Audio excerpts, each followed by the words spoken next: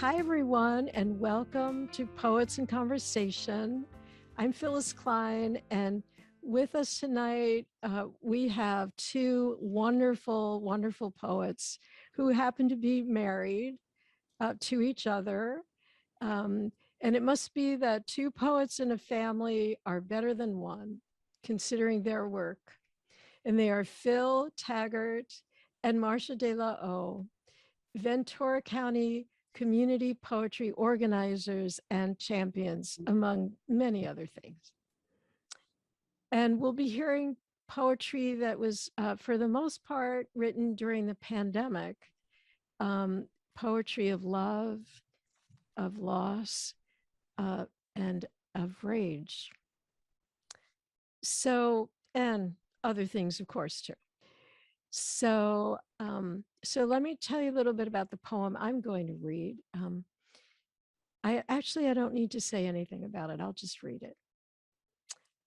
In the year of the disease, there was nothing more to lose until there was. It was one thing after another. The spring we hardly could notice, although it went on without a second thought.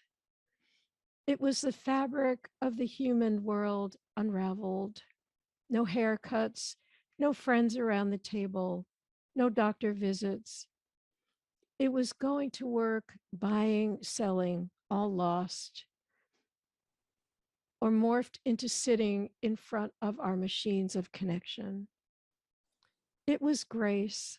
Had we lost her, or did she watch from her balcony as the world pitched into a chasm of mystery and gloom? Was she a woman, or had she shape-shifted into a dream? A tulip or a violet open in the sun.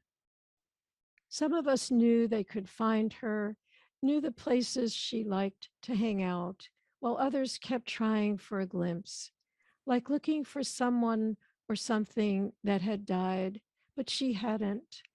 She might have been obscured in grief, as she could pick it up on the wind, in the sun or stars. She might have been angry and had to hide with the flowers she crushed in her fists. Maybe she was too tired or heartsick herself for a time. Maybe she was lost somewhere until she could find her way, the way, the way back from a disaster. And I wrote that after Joy Harjo's poem, after reading Joy Harjo's poem, Grace.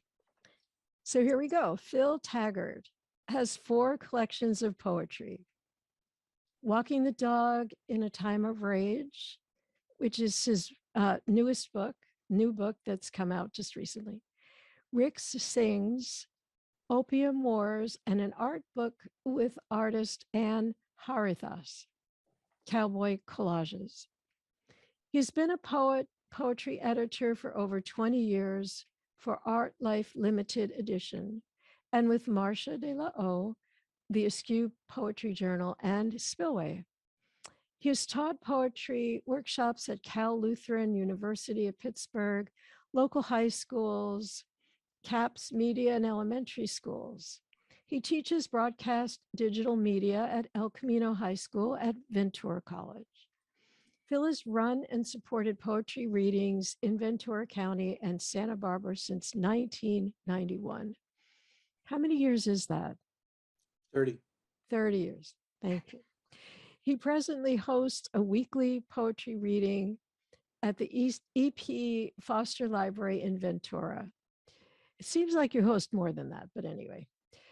In his spare time, he uses his videographer skills to make movies of his grandkids.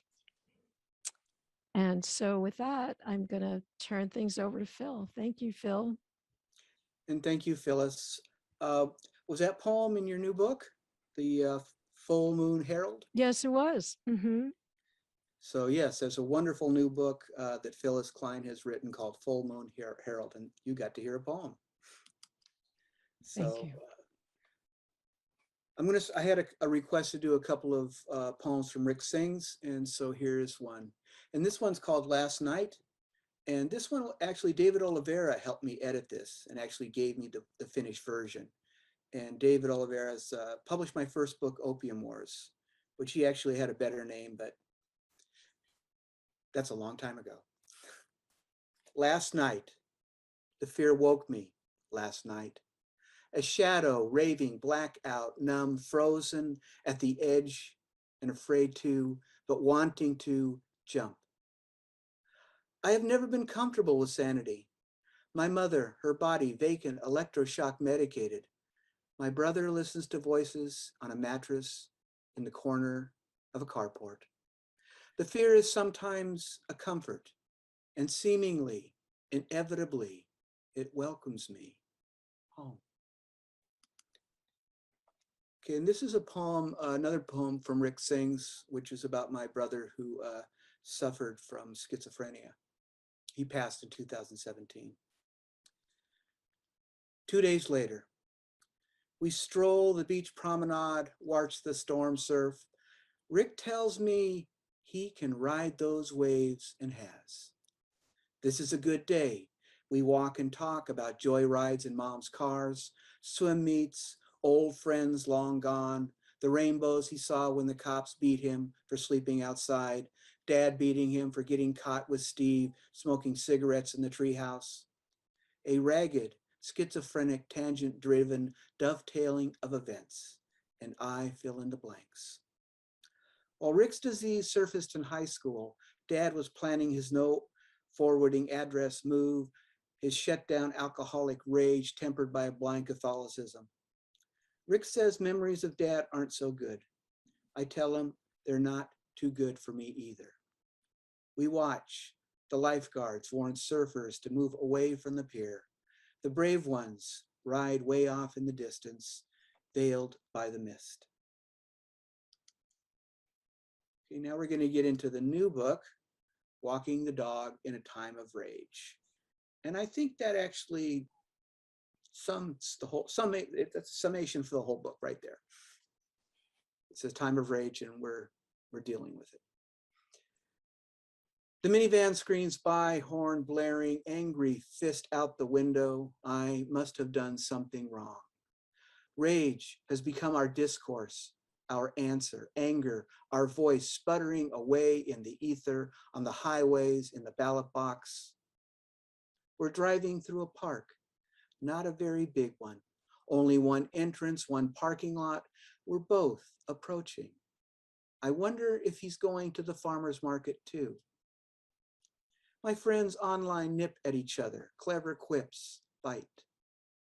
I pass his vehicle, drive to the other side of the parking lot, as far away as possible. This anger swirls inside. We don't know what to do. A white man in his 40s gets out of the van, sets his dachshund down, pulls a baseball bat from the back seat, looks at me. Marsha and I go look for Brussels sprouts instead. But part of me wants to stay. I'm angry too. Walk over to him. Isn't that how it's supposed to be? Celebrate this rage, consecrate it with our blood on the ground, flowing. We find yellow squash instead. On the other side of the park, there's the man, his dachshund, his baseball bat.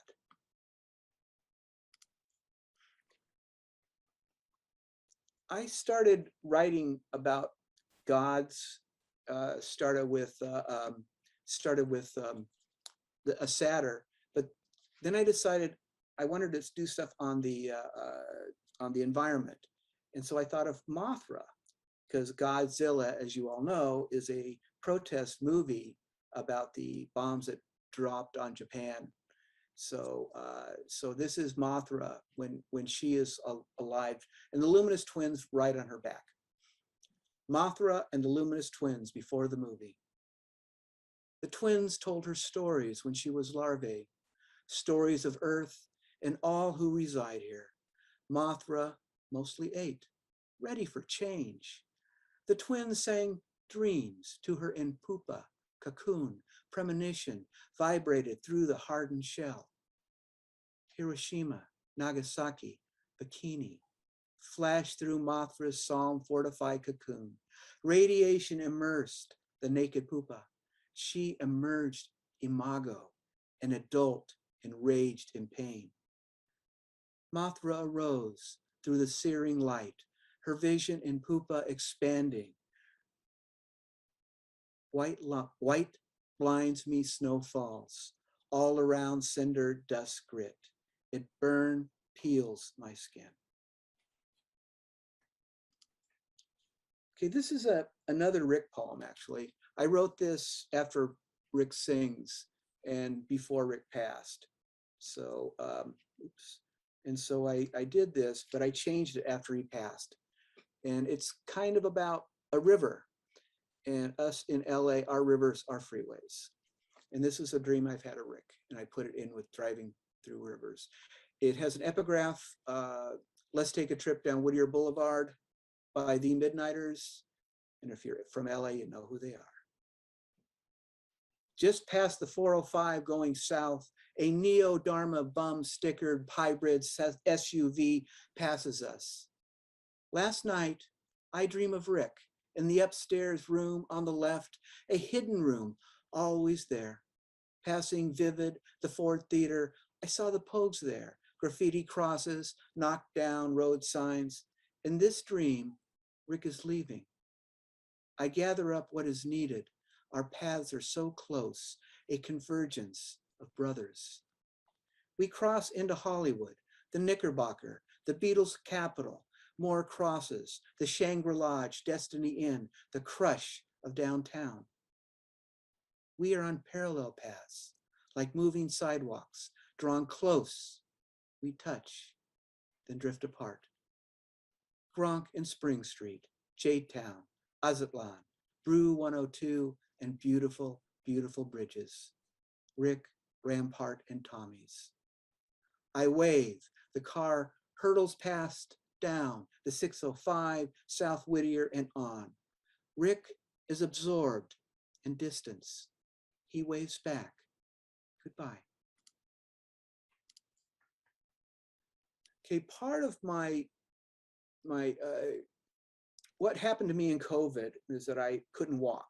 I had tendonitis and I couldn't walk. And as you all know, it was kind of messed up around here in the world. And so I started writing, and a lot of my writing is about walking around the block for this one, these 3 poems. And this is something that happened on our street. SWAT team in the garden. My ankle is much better today. Took a longer walk over uneven ground, getting stronger.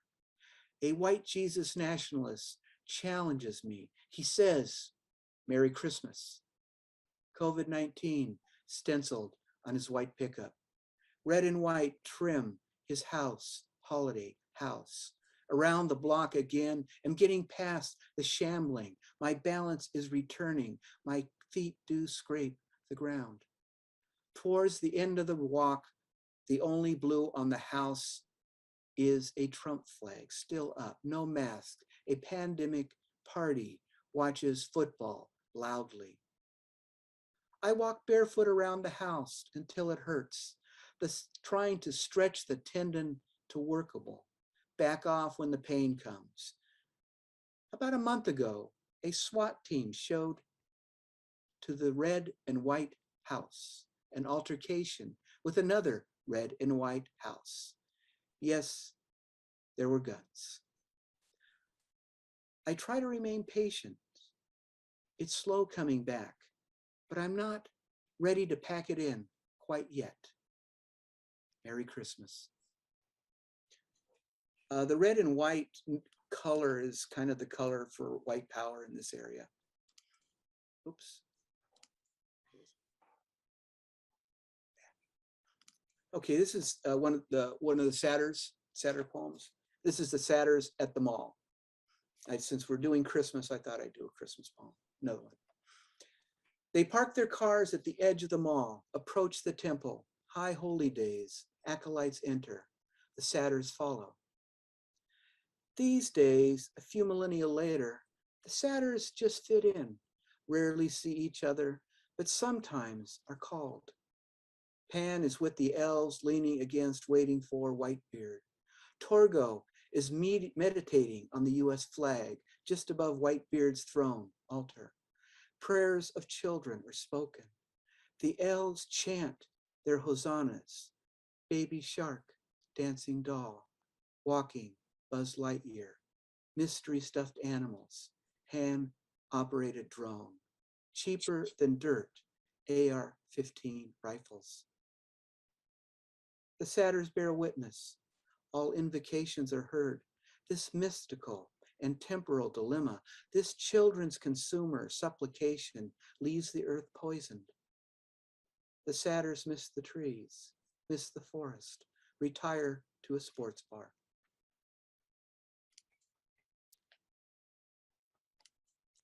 Okay, one of the things about this is also from Walking the Dog, but this is one of the things that happened with my knowing Rick and taking care of Rick. Rick knew all the homeless people, and so I met a lot of homeless people, and part of my eye is still watching out for homeless people. She is sitting on the sidewalk, collapsed into stucco, wall of a bike shop. She says hi when we passed. Sweet voice, red hair, a woman passed her before us, eyes concerned, looks back.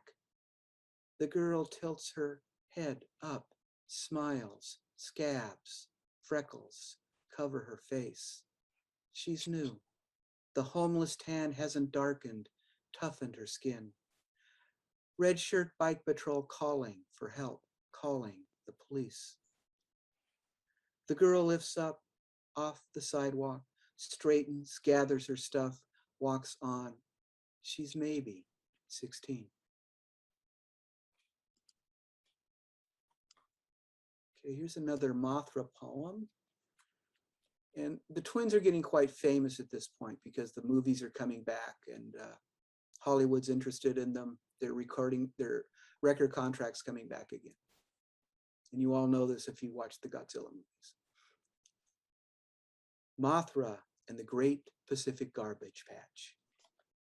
Mothra and the twins fly from Hollywood. A TMZ profile, a new album, maybe the Luminous twins' best. Mothra heard Australia is on fire.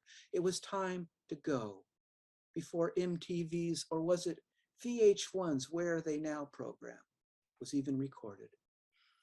Out over the Pacific an island, Plastic Island, size of Texas, tides swirl 300 million tons plastic every year. Currents collect waste, solid. The twins say we could land. Mothra senses plastic poisons leach from the island into the sea. Probably not, she says. It's death. Seal static on sand, crabs blanket devour, seal dead by plastic. And here's another satyr poem. This is The Satyr Sleeps in Light Raining. It's about the Perseid meteor showers. He drives Old Woman Springs Road looking for a place free of man's light. Once the satyr floated on his back in a Palm Springs pool. Perseid rained light in water, salt buoyant like a dream, it quiets him. He remembers Perseus from back then. The man was angry, violent. The satyr was probably drunk. That was millennia ago. They changed. They grew up.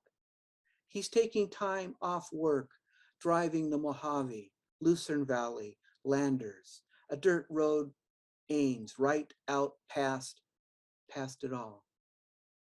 He parks, carries an old canvas cot, camp chair, six-pack of beer, climbs a small rise, sets camp, thinks about humans growing up. He is supine, canvas stretches, and he encounters stardust burning. Occasional coyotes howl, and of course, gunshots, always gunshots. Okay, this is, I have a fall poem because I hear it's fall. I can't really tell, but I hear it's fall. It's like a fall poem. Although it could be after the fall, sort of an Arthur Miller descent with thematic issues of ethical ambiguity, personal integrity. I'm told winter is coming, but I don't see it. Maybe a hint, a foreshadow, or the fall itself, all Camus exploring themes of innocence, imprisonment, non-existence, truth. Like when I stand after sitting a while, legs creaky, achy. But maybe to everything there is a season, leaves drying, fluttering in the wind, chromatically pleasing. And that's fall too, colorful in a fallish way. Sometimes I launch my body forward before my legs seem ready. Pretty sure they'll catch up. And thank you.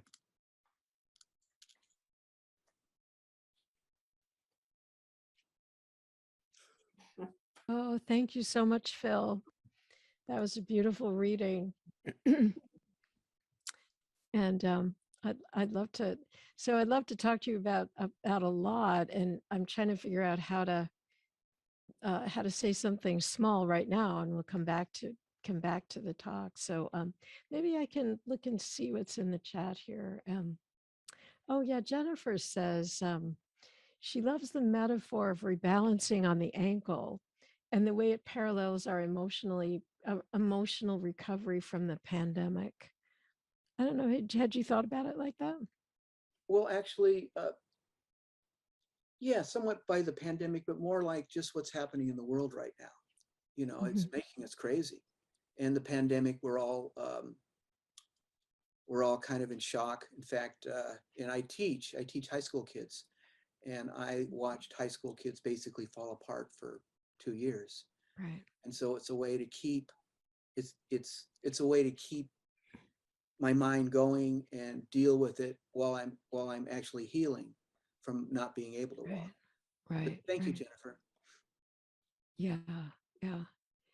Let's see. There's another message here, and people are really really grateful for the poems. Let's see. And lots of praise. Yeah, feels like you painting pictures for us. Different scenes. So Marsha, why don't you chime in and say a few things now, and then we'll move on to you. It better be nothing but praise, Marsha. You go, Marsha. Phil, how do you feel about the character of the satyr and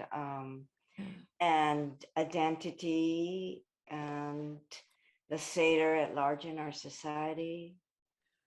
Yeah, I think, I think the satyr, I'm a big fan of Neil Gaiman and in American Gods in particular. And I did the satyr, I kind of thought, well, let's have some gods around still. So of course, Mothra and the Luminous twins and the satyr. But I think they don't disappear, and I think that, but I do think they change. And if you read American Gods, you'll realize the gods change. They grow up. And these particular gods, compared to the earlier satyrs, they actually matured. Hopefully, we're not sure. But thank you, Marsha. No, I'm glad you brought that up, Marsha. Yeah, because I had some thoughts about the satyr too. So yeah, hopefully we'll get to that later too. Yeah. So anything else, or are you ready I want to hear Marsha. Okay. All right. Well, I imagine you're not the only one. Yeah. um, Me too. All right. So let's see. All right. Well, here's my introduction for Marsha. Marsha de la O is the author of Antidote for Night, which is winner of the 2015 Isabella Gardner Award. Black Hope, which is winner of the New Issues Press Poetry Award and winner of an Editor's Choice Small Press Book Award, there's a trend here, I think. Other awards include the Morton Marcus Poetry Award and the Da Poetry Award. And she has another book too that I happen to have right here, Every Ravening Thing. And I think that's your most recent book. Is that right? Yes. Okay, so let's see. She's published extensively, as we all know, including recent poems in The New Yorker, The Kenyon Review, and work forthcoming in Prairie Schooner. She lives in Ventura with her husband, poet and editor Phil Taggart. And during the pandemic, she's spent a lot of time watching the behavior of lizards. So, yeah. Thank you, Marsha. Thank you Thank so much. Yeah. I do know a lot more about lizards now than I knew before. And not all of it is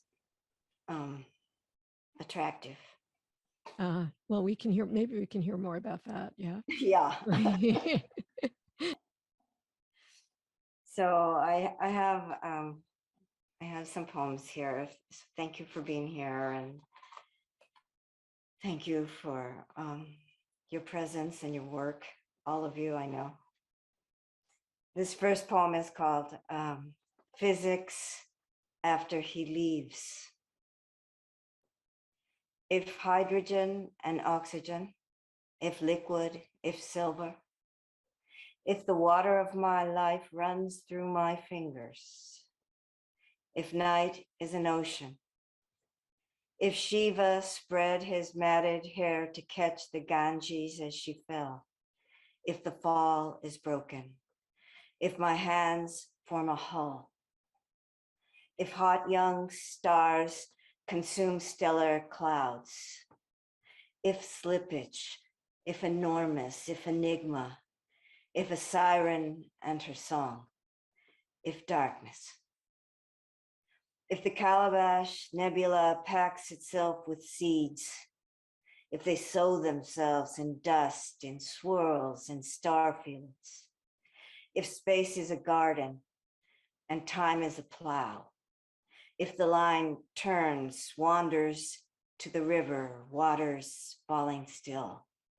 if not here, then elsewhere, in snake curves of space-time, if only this moment, if only now exists, this is not the end. This is unending.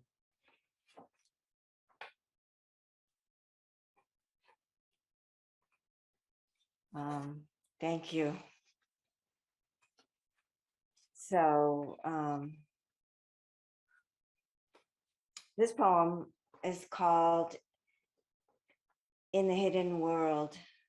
And you could say I waited a long time to write it, but somehow I needed to find permission. In the hidden world, my brother walks toward where I stand beside a white Impala, its back seat full of flowers, a cavern filled with scent. I recognize him. He sees who I am. I can say this happened in alluvial night, in night as dark as the pupil of my eye, as extinct stars. I can say that night still exists. It's ongoing. It's a basin of indigo water. We are waist deep in what seems all past and present, now that death is your home, you, the boy who once lived, as old as you will ever be. I see your face again, your lanky grace, and happiness distills me to a word, your name, that I could know so fully what it is to cherish, know how tenderness pours itself on grief. where there should only be nothing, something moves, some power has divulged itself at last. And if not, where came these thousand blossoms?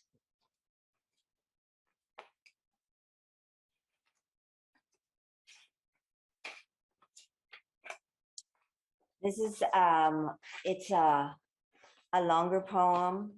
It's about Gerard Manley Hopkins, whom I'm sure most of you know who he is, a great late Victorian poet and erstwhile priest and religious thinker. Part of the reason I wrote this is because I was walking in the unfinished park. They didn't have money to finish it, so they just stopped. And a lot of animals came to live there while they couldn't do anything with it. Anyway, I was walking there and I saw it was a migration of dragonflies. There were maybe 150. It was towards the end of the day and the light was shining through their wings. It was this time of year. So I immediately thought of him, Hopkins, and I read a book about him. So it's called The Seer and the Scene. And it opens with an epigraph by Hopkins. All things, therefore, are charged with love. And if we know how to touch them, give off sparks and take fire. Gerard Manley Hopkins. If fish could swim into air and feed on brilliance, that light thrash frenzy, that glory cloud of jots and zags, gold dragonflies with golden wings, and he in their midst, almost as if they'd called him, almost as if to say, here, stranger, you can safe keep your love here. Say it was like that. The stars are like letters that inscribe themselves every moment, whispers Plotinus, across centuries. And didn't the diminutive Jesuit seek to describe it? Didn't he translate as best he could? He came to his writing desk, which was failure whenever he could bear it. If Plotinus was right, then he is right. Desire is seated in the soul, and iridescence dwells in the retina. If it is not possible to distinguish between the seer and the seen, then God must be present both in the world and our gaze. Attentions lifted and carried, a man gathered into the visible so utterly, landscape unladens itself. Love loosens. That's it. The new word is inscape. The cornea is nourished by tears. At the moment of greatest intensity comes the next moment, the cant of the seen world, the warp, the question of lack. Father flaw, father daft, separation. He died in a crumbling stone house in Dublin, his city of exile, believing his poems would never be seen. Near the end, he insisted something terrible had happened to his eyes. The old stories said dragonflies, like us, are capable of harm. Eye pokers, darning needles, they'll sew your lids shut. On that last walk out, he imposed on himself the discipline of the eyes. His penance, looking down, his refusal.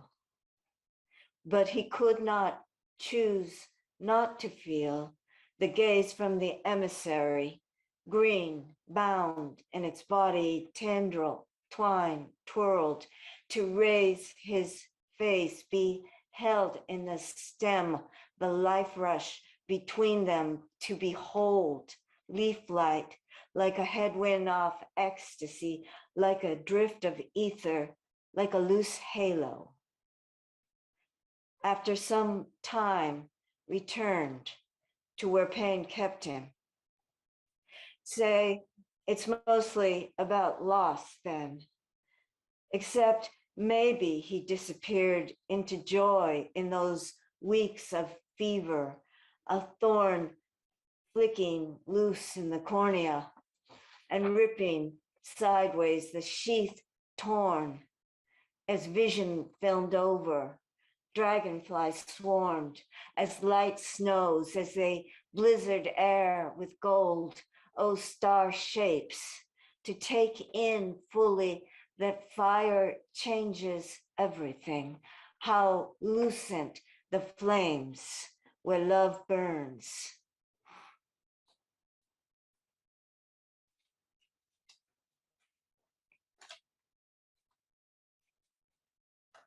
Thank you. So this one is called The Afterlife of Flames, and it's based on the 2017 Thomas fire. And what happened was that I resisted going a long time to the burn area that was nearby.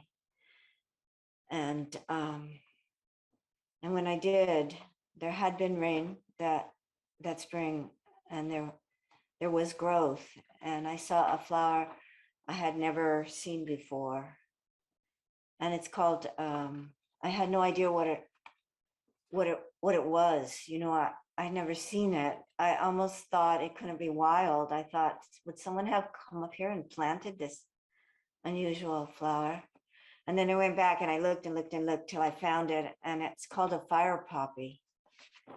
And it only grows when smoke and the chemicals, the volatile chemicals in flame and ash, open its hull. And so that's the only one I've seen in my life. And it had been there since the last time fire swept through, which was decades ago. So it's called The Afterlife of Flames. After fire blackens the earth, after a scarf of smoke presses against the wound, the embryo inside its sac, ripe and resting in a chemical sleep. There's no need to abide any longer, no need for the abode, the hut, the hull, the home. Only translation is required to uncoil a long-limbed seed, a pip, braiding itself into a child the color of sunset, 4 petals, naked stem, 1 bloom, arching her narrow body over harm.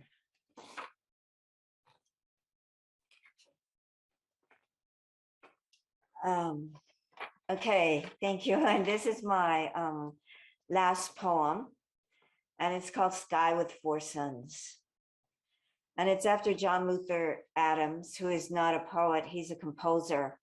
And I think he won the Pulitzer, but we had the honor of seeing him when he was almost an unknown. They brought him down to the Ojai Music Festival, and he walked around the park, you know, making music.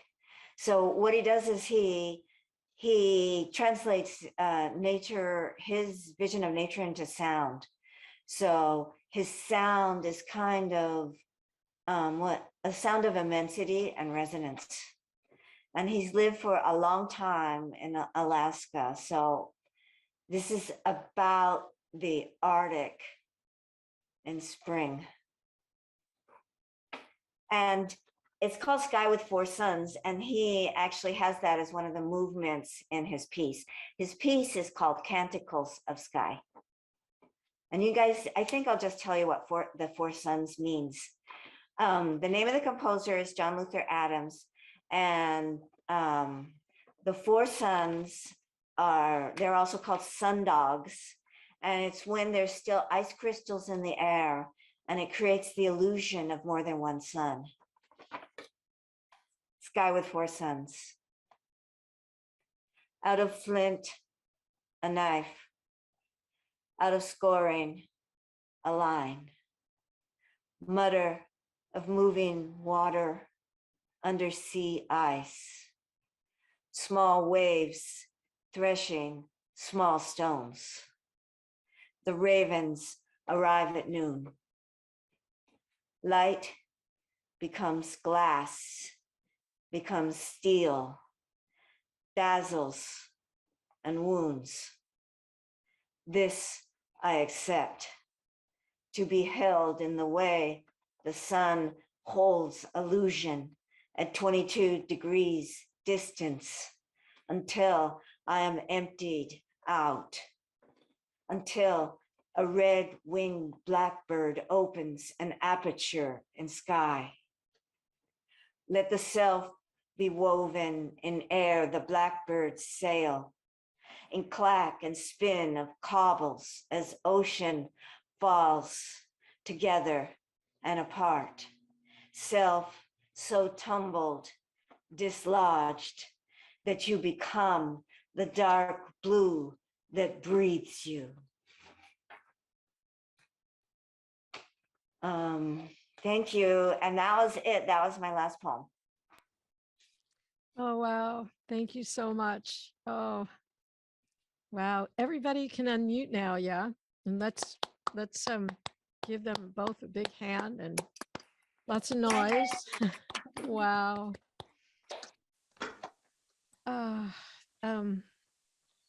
Yeah, I'm just I kind of feel like I got caught in a wave there of poetry.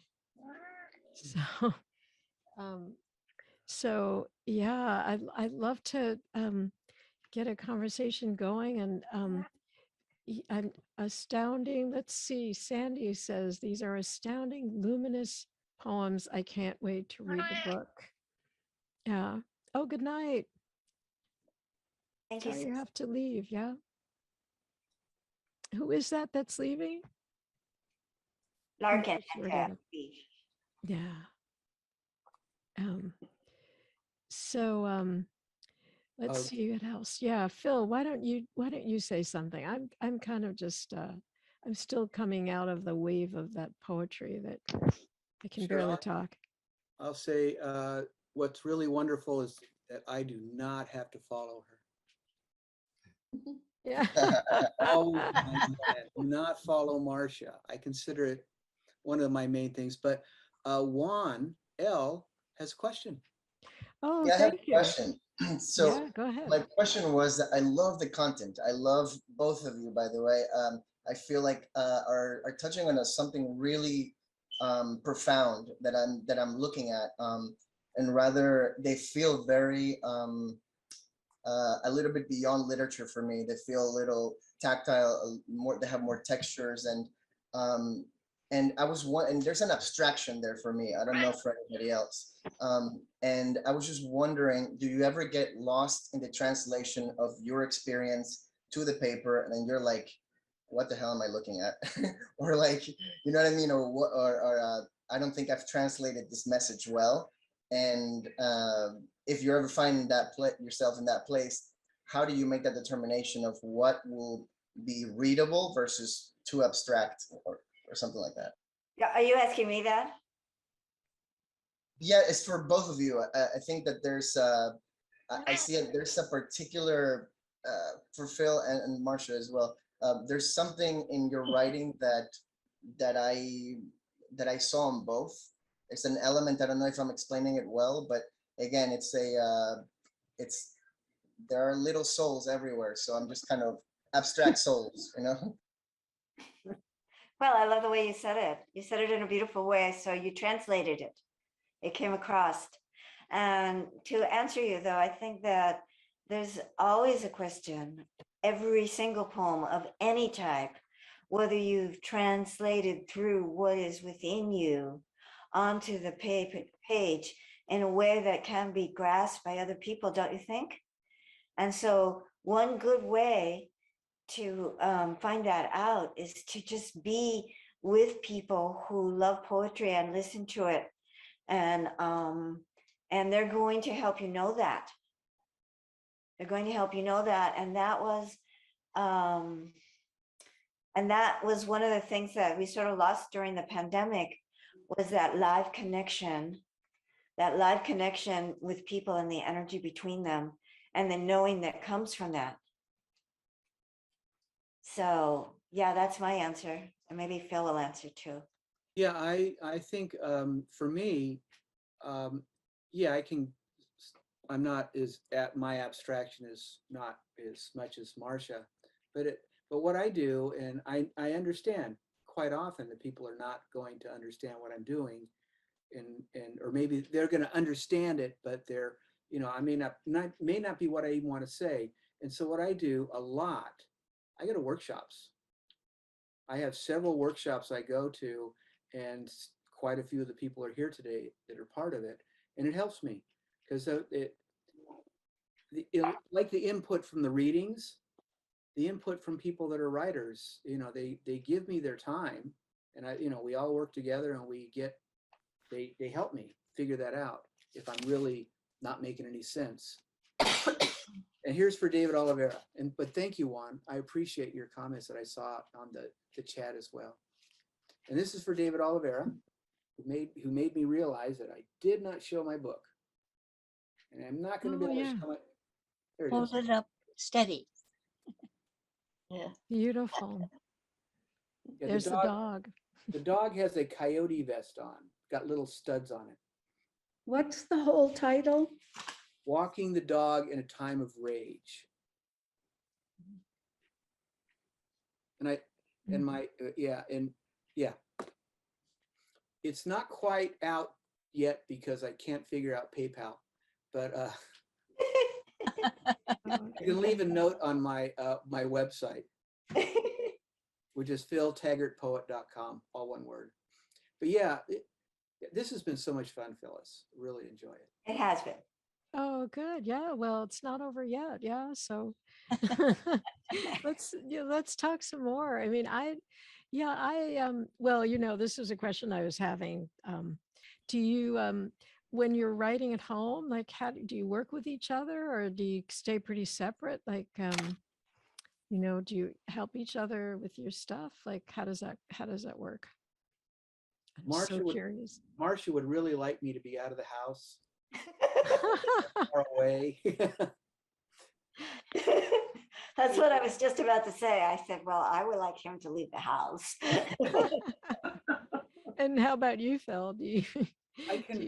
I do a lot of writing. Right now I'm going through a really nice period of writing. I take a big walk in the morning, now that I can walk again. And in the middle of it, I take a break and write.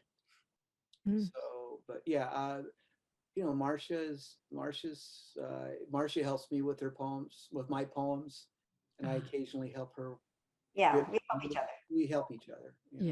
Yeah, that's really cool. Yeah. So, well, Marsha, how do you feel about unless if anyone has questions, please put them in the chat, and if I'm missing some, raise your hand and let me know. So, one thought I was having was to talk a little bit more in depth about both of your the poems that you've read. And so if that seems like a good idea, we can do that, unless someone else has a question that you'd like to ask. I'll give you a minute. Is that okay? You want to go ahead with my idea? So Marsha, let's start with you. Especially I think when we hear poetry, it's really different than having it in front of you, written down. So and it's a treat and a feast for the ears. and sometimes, it helps me, especially if the poet is right there, to ask some questions about, well, kind of how did that work for you, or how did you just come up with that image? It's so unbelievable. So is there a particular poem that you might want to do that with?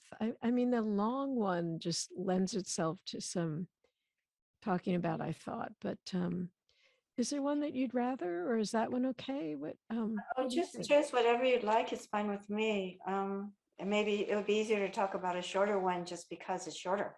Yeah, okay. All right. That's a good idea. So, well, let's see which one.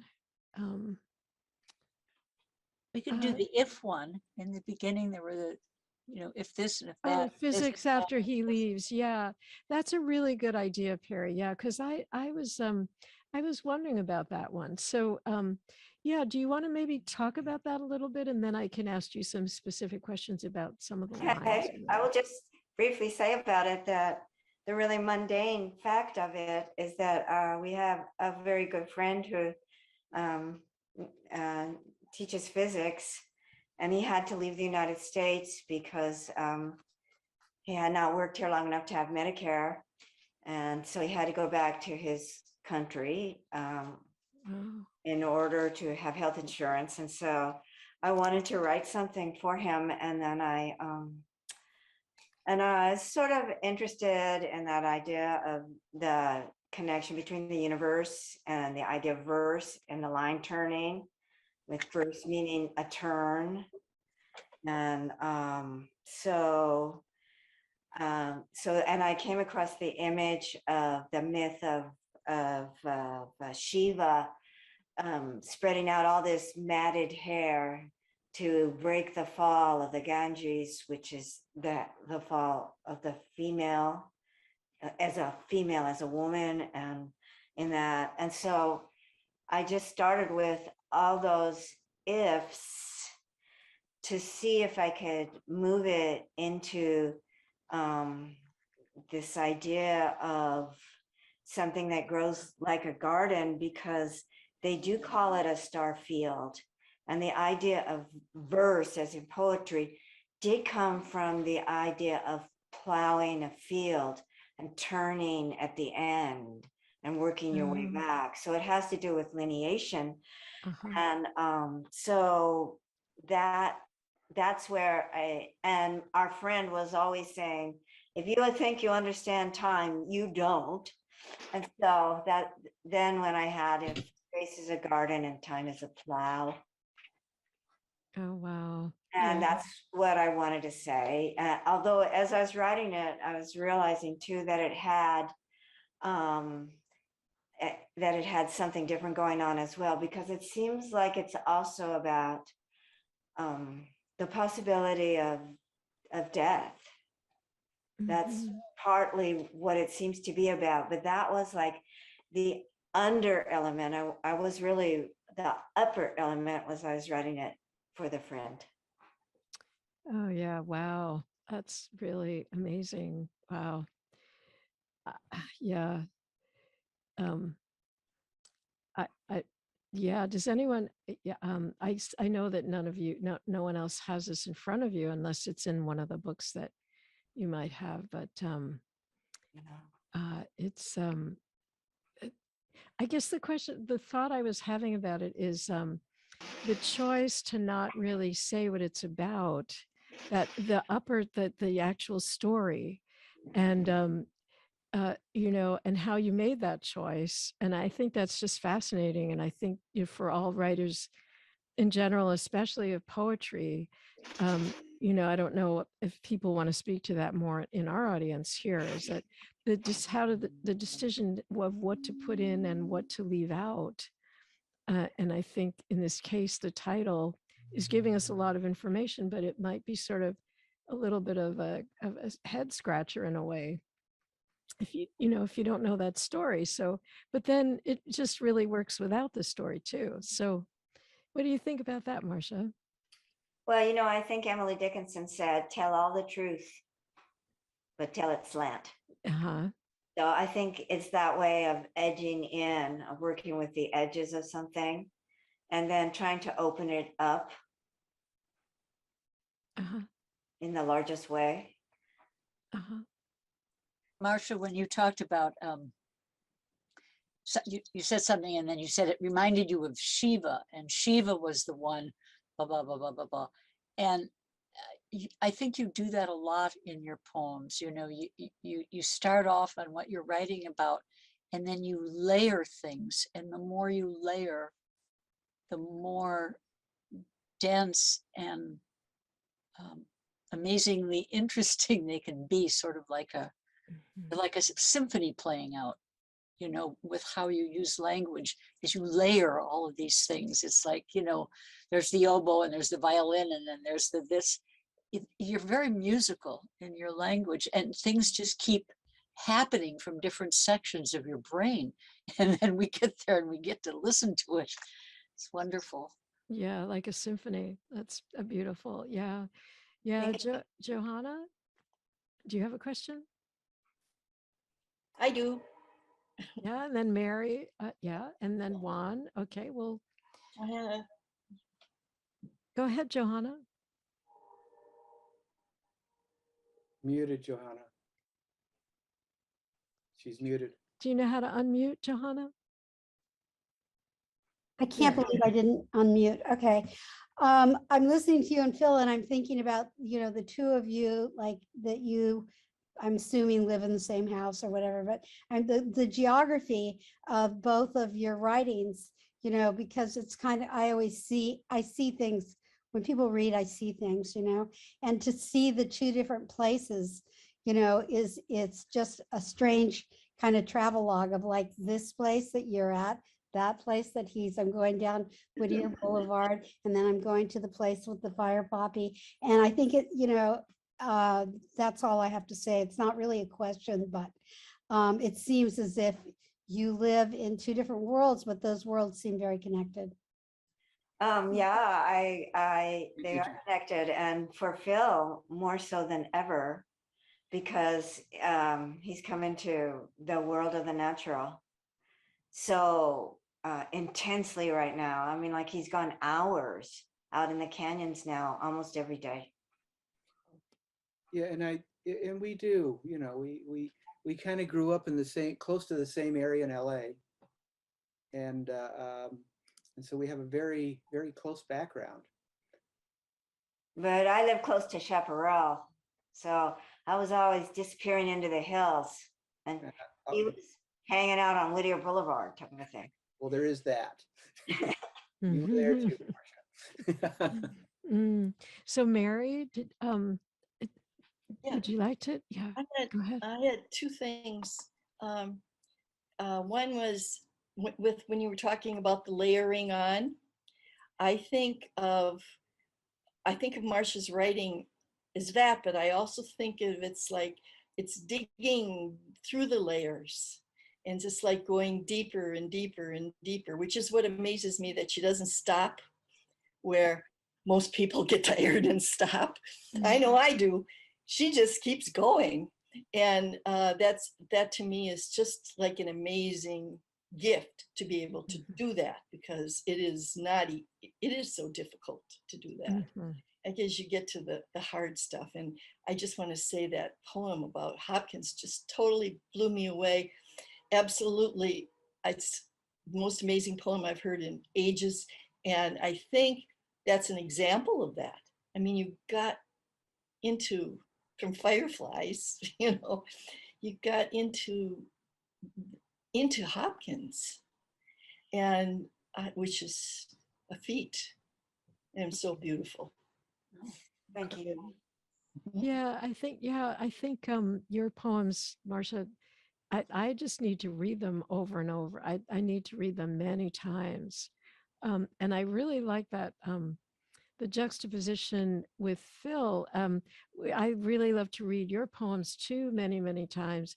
And yet it's very different. The entryway seems to me, you know, I can read through your book a little more rapidly, and then go back and read it again. Whereas with yours, Marsha, I'm like every poem is taking me into a very deep journey that I need to read many times. So I don't know if other people experience it that way, but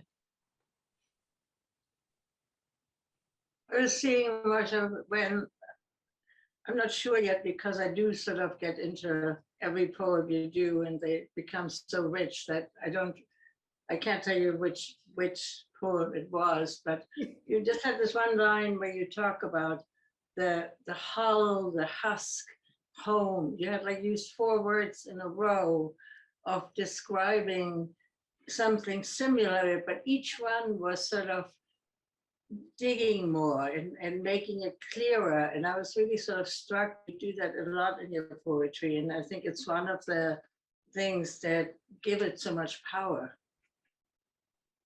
Yeah. It's not just the music of the words, which is beautiful, but it's also, it's not just the music, it is the meaning behind it that gets clearer and clearer, or stronger and stronger, which word you use.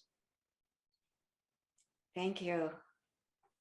Yeah, those things, those words like come in a rush. My process is really slow, but Really, they're just, when suddenly I stumble across something, and that rush happens. interesting. mm. Good rushes. Yeah. So Juan, I know you had a question, and then we're going to Yes. talk to Phil a little more about some of his poems. This is for everyone who's read. I was just wondering if you have a particular set process for writing a new poem, what direction, like, or what is like the intention that usually drives that poem forward, and are there times where you're changing direction because you see something else during that? Mm.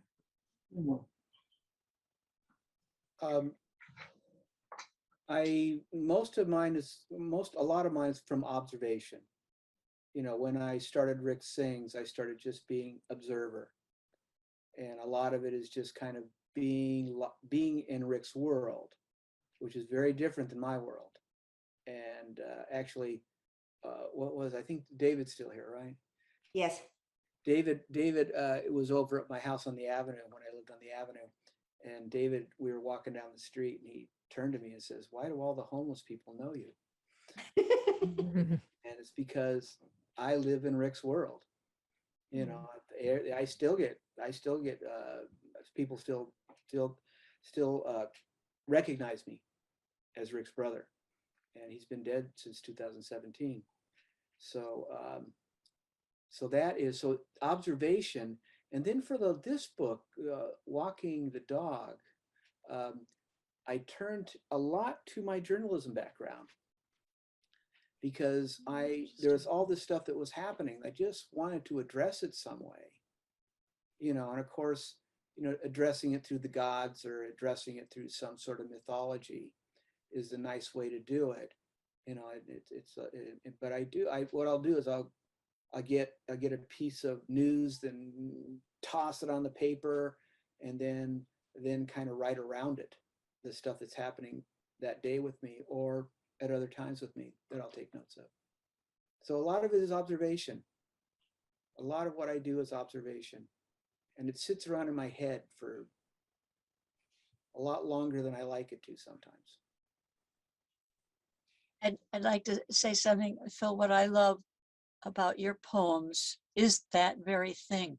I feel like I'm on the street with you, walking, and I love the paradox of what it is that you're observing. And then when those two things clash together in the same line, they all of a sudden have a relationship to each other that they don't even know they have. But you help us see that. And I think that's just really wonderful. Thank you, Perry. And you have your own music, you know, yours is, you know, it's a walking, it's really, especially your walking poems, you know, it's mesmerizing in its own way. Well, thank you, Perry. Thank you very much. Yeah, it's really kind of wonderful. Marsha and I are same in many ways, but not the same in many ways. Mhm. which is great for both of us, I think. We both started writing way before we got together. We've been writing for a while. Mm. I have a comment. Yeah, As please. Lauren speaking here.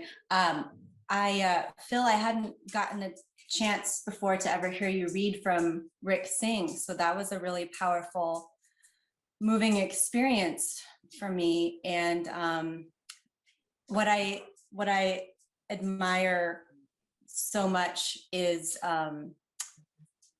the restraint.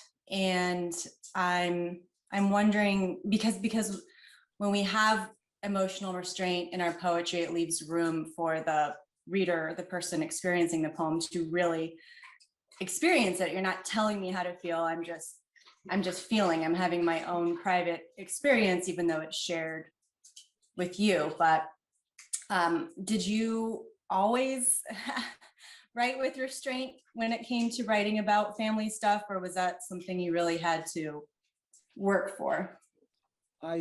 When I started Rick Sings, and and I basically wanted to be respectful first, and actually I've got I have a family member that's not in the book because did not want to be in the book. And so but really it was a way to keep it away from me and not hurt me. I mean, it really was probably my biggest bunch of therapy I've ever done. But to try to feel the emotions and have the emotions there because they are there, but also be able to write about them and not let the emotion take over what's happening. What is actually happening in Rick's world, and the same thing with these other worlds. What do I see? Like I see that in their walking poems in Harmon Canyon, I see coyotes all the time, and I observe them and I mythologize them. But I do try to keep I don't want to bury people in the emotion, especially in Rick Sings, because my God, there's a lot there. I mean, it was I cared for Rick pretty much most of his life, and it was hard. It was damn hard. And I think the book process has actually pretty much saved me in a lot of ways. And I think that book in particular, although I had a couple of books before that book, I really felt that I'm now a poet, because I really could see that the process and the process that I was doing, the writing I was doing, changing my writing around. I also wanted that book to be understood by people that weren't poets. Yeah. Because whenever I read from that book, I usually get people that have mentally ill siblings, family, or friends, and they come up and talk to me. So I think it's an important thing. But yeah, it was a rough one, Lauren. And how'd you like that I put Landers in a poem? Oh yeah, no, I've heard you read that one before, and it makes me happy. And what you get right is that there are always gunshots. Everywhere I lived in the desert, I hear gunshots every day coming from somewhere. I was like, you really got that right. That's good. I hope he still wants to visit again. I just love that poem. Yeah, I was telling Phil before we started the reading that poem for me, bringing the satyrs in and making the satyrs actually more evolved or the satyr, I don't know if there's more than one, more evolved than the humans with the guns. I just thought that was brilliant and it really, really moving in a kind of an awful way. I think the satyrs are I like to say they could be me just because I write it, but I was never a satyr. So, but I always like the idea of, I really like the idea of people growing up, and I kind of hope the human race considers it at some point. And I'll tell you, sitting in that salt pool, watching the Perseid meteors come, that was beautiful. One of the most beautiful things I saw. Yeah. And the desert is beautiful. It is. It really is incredibly beautiful. Do you want to say anything more about Neil Gaiman? A little more about that, if for people who don't know, or Well, Neil Gaiman is he got his first break by writing Sandman, a graphic novel, and he was in fact it was big, and then he started writing novels, and he wrote this thing called American Gods, and what American Gods is that the gods are still around. They're not gone. They're immortals. And so but they come to the United States, and they're cruising around the United States. You got Odin there, you got a 7-foot leprechaun there, you got all the Egyptian gods. They're all there, and it's really kind of it's really kind of exciting. And so I thought, I can't be Neil Gaiman because Neil Gaiman is Neil Gaiman. But I thought, let's bring in some mythology and poetry, because isn't poetry about myth? Don't we create myth through poetry? Mm. And I thought, well, what the heck? Let's just be blatant. And I love Mothra because Mothra's job was to save the earth. That's what she's supposed to do. And so I've got, and then I wanted, I wanted Mothra to be there too. And I like the idea of them flying around with the Luminous twins. Right. Mm-hmm. Absolutely. But I'm dealing with important things. I think all the horrible stuff that's happening in our environment right now is something. And I think we have a responsibility as poets to put that out there. Mm-hmm. So I try to do it. Mm. Yeah. Well, it's really, I think next time I go out for a walk, I'll definitely be thinking about who I want to take with me. Yeah. So I wanted to go back to Juan's question for a minute, and see if Marsha, you wanted to respond to that. And then we'll check our energy and see where we are. But if anyone has any more questions. So Juan, let's see. A particular direction or intention, and when do you decide to change roads? I think that's a really wonderful question for all of us writers. Like, how does that work? Because I think about the turn in the poem, and we're kind of, if you try too hard, it's really hard to get there, but sometimes it'll just turn on its own, or like the river bends somehow and you're somewhere else, and it's really gratifying. So do you want to talk about that, Marsha, a little bit? And I think it's a mystery. I think it's a really good question, and it's sort of a mystery because you have to be open for the idea that your intention is going to change, that your direction is going to change, that what you think you're going to do is not what you're going to end up doing. So for me, I guess I would say if the words are lying there really flat on the page and they aren't doing anything, and they don't seem alive, they don't seem sort of like they're sparking or trembling a little, then you might need to change directions. Just let them go somewhere else and actually let go of stuff you labored over, but it just didn't come alive. And inclusive of letting go of the original idea and seeing if there's some other small thing that's growing off on the side that's worth following. So that's sort of my response to that. Yeah, thank you. Yeah,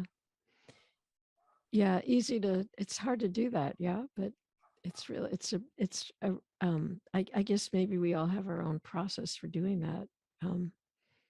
Yeah, does anybody want to say anything about your process when you're writing and how that works? I know about Marsha's process. Phil has to leave the house.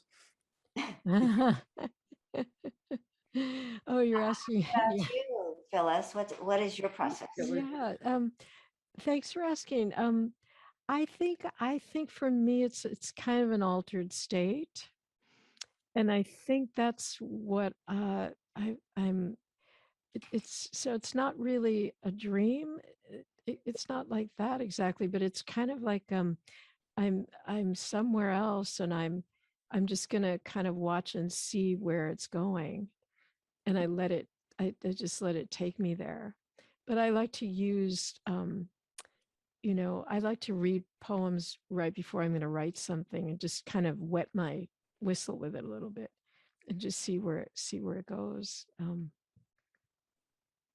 Yeah, I think that's very valid, that idea of priming the pump by writing, reading poems before. And then also, I think the idea of an altered state too seems very essential. Sort of, I feel like I'm in a very different place when I'm writing and it's going well than I am when I'm in the mundane world of.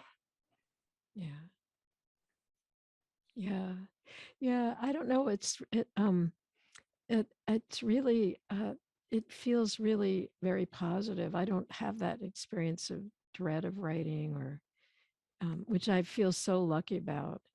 It just kind of, it feels like a really safe place to do something that I want to do. And, So you don't have that fear of failure? oh, well, that's different. I mean, I'm talking about when I'm writing. Afterwards, of course. There's all the other stuff, of course. Yeah. So, well, so let's see if anybody else has anything. We can begin to think about. And I ask either one of you for a closing poem? I don't remember if I did. Yeah. So if you can come up with something, uh, or I can. Yeah, Or, why don't we let it be you? You close. okay. I was going to say, or somebody in the audience could too. Yeah, I can grab something out of my book if you want. So, yeah, the stuff in my book is some of it's kind of dark. So I'd like to end on something.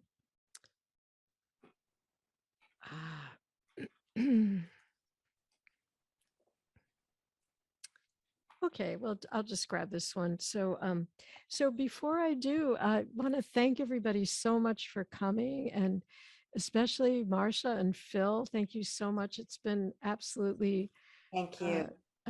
terrific. You're very welcome. And um, yeah, I can't think of enough words to say how grateful I am and how inspiring your poetry has been, and this discussion as well. So, so my poem is I write something every year for the holidays. I try to anyway, and for the last 4 or 5 years, it's been fruit. Because we have a lot of fruit trees all around our house, and so this is the one that I wrote a couple of years ago, called Gathering. Our tree fertile with them, red-fruited, multifaceted ornaments of pride, start as lipstick red flowers that drop into faded garlands, wreathing like a collar fallen to the floor. Red bulbs appear, harbingers for the fruit, hard-shelled, pregnant, crimson-seeded miracles. How did they get so large? And why are the seeds so hard to extract? It's been a dry summer, a drier fall, and yet here they are, so many we have to look for places to donate them. A homesick man named Igor from Armenia once climbed the tree for some, afterwards left a thank you note and packages of crackers and cookies from Trader Joe's. A neighbor comes this year with 2 kids, fascinated while cutting them off the branches, eager to begin the harvest of scarlet cells called arils. Friends graciously receive too many, send to the East Coast in a box. make jam, bread, put on salads, bring to other neighbors. Everyone set to whacking at them. Our kitchen a crime scene splayed with the stains of ruby juice. Persephone visits our dreams, she who sacrificed to give us winter, shadow days, blizzards of rain. A cleansing, the ways we try for redemption. The tree a skeleton now, still a few offerings left on otherwise vacant limbs. So many years, such faithful service. During the dark times, beacon of magenta, of vermilion. Thank you. And thanks everybody so Thank much. you very much. So glad to see you all here. Great to see everybody. Wonderful reading. Thank you. So, Thank you, Phyllis. And thanks for doing these readings. It's a treat to hear a poet read a number of poems all together.